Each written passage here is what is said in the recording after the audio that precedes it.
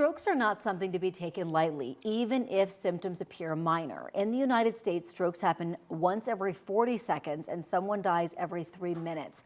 There is medication for strokes, but to work, patients need to receive the drugs within the first 3 hours after symptoms start. And many people wait too long to seek medical attention. The average wait time is 15 hours, way too long.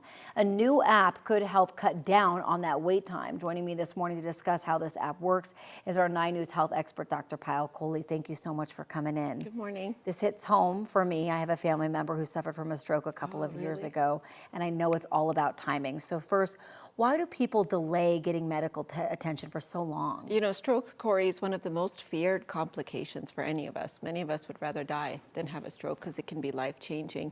And what we see is that people don't really realize that they're having a stroke. So awareness seems to be one of the sort of biggest issues that drives the delay. But what we also see is a big piece of denial. So a lot of people minimize symptoms when they have a stroke. We do see that people who live alone tend to delay more, actually, because a lot of times it's somebody else who's with you who recognizes the symptoms, like a facial droop or asymmetry or issues with balance or what have you. Women tend to delay more, minorities tend to delay more. So there are a lot of complex reasons why people don't get to the hospital in time. All right, so what are the symptoms that people should be looking out for? So the acronym I want you to remember is FAST. Okay, F stands for facial droop or facial asymmetry. A stands for arm weakness. S stands for speech issues, slurred speech, trouble with word finding, using the wrong words. And then T is the most important one, time. And that's really where we see so many people delaying so much. We see 40 to 60% of people presenting outside that window where the medications actually work the best. The family member that we had that suffered from a stroke, I think it was speech first. So it can be all of these, it could be one of these, right? Anything that just seems off. That's exactly right. So what happens with the stroke, and the most common stroke is what's called an ischemic stroke, which is a blockage. So our brain has a blood vessel network that feeds it. If you get a blockage in one of those blood vessels, the part of the brain that's fed by those blood vessels sort of dies off. So depending on which blood vessel, the size of it, the area that it supplies, whether it's a language area, whether it's a speech area, whether it's a motor area, whether it's a sensory area, you could even have mild symptoms like numbness. Sometimes if you get it in the back of the brain that controls our balance, you could just have kind of feeling a little dizzy or lightheaded or what have you. So it can be highly variable. And if it's a big blood vessel, one of the ones that kind of goes up before it branches, then you can have all of those. So it's really important to keep a finger on kind of what it could look like. This medication is huge, but as we mentioned, it's all about time. And talk about why this is like a couple hour time period that you have to recognize the symptoms, get in and get the medication. So every minute that you have a blockage to the blood vessel in the brain, you're killing nearly 2 million neurons. Wow. So time is brain, is what we say. In fact, at the hospital, when somebody shows up and they have some funny symptoms, we call what's called a code stroke. So we call it overhead, everybody rushes in there, they rush them to the scanner because it's about opening up the blood vessel, either with medicines that break up the clot or going in and actually sucking out the clot. So getting to the hospital in a timely manner, first of all, restores most function because that tissue can kind of heal itself.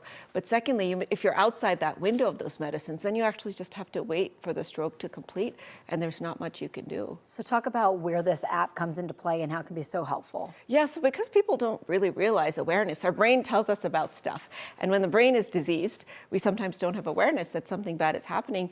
The app actually can detect things for you. So when you come to the hospital, the doctor would do what's called a neurological exam, where they check your facial symmetry, they check your smile. So you pull up the app and you look in the camera and it looks for facial symmetry. It makes you smile, it makes you blink, it makes you stick your tongue out, and then it makes you tap with your right hand, makes you tap with your left hand, and it can detect based on the haptics, the strength of tapping, whether there's any asymmetry or weakness.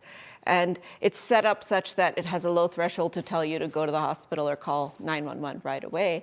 And really what they're looking to do is to validate the app. So where it's headed in the future is if you've already had a stroke and you already have some asymmetry at baseline, can you still use it? Because we know that 1 out of 4 people who've had a stroke will have another one. Right. But for me, this is an exciting way to bring the doctor into your home, especially since delay is such a big problem. We're trying to raise awareness. It's not quite at the point yet where everyone's going to download it because it's not approved and validated.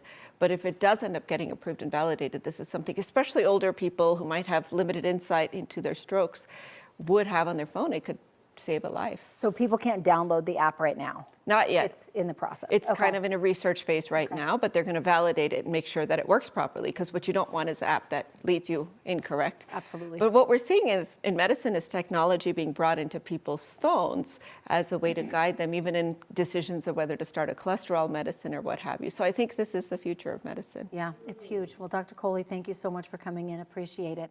You can find all of Dr. Coley's appearances at 9news.com/Dr. Coley. Chris?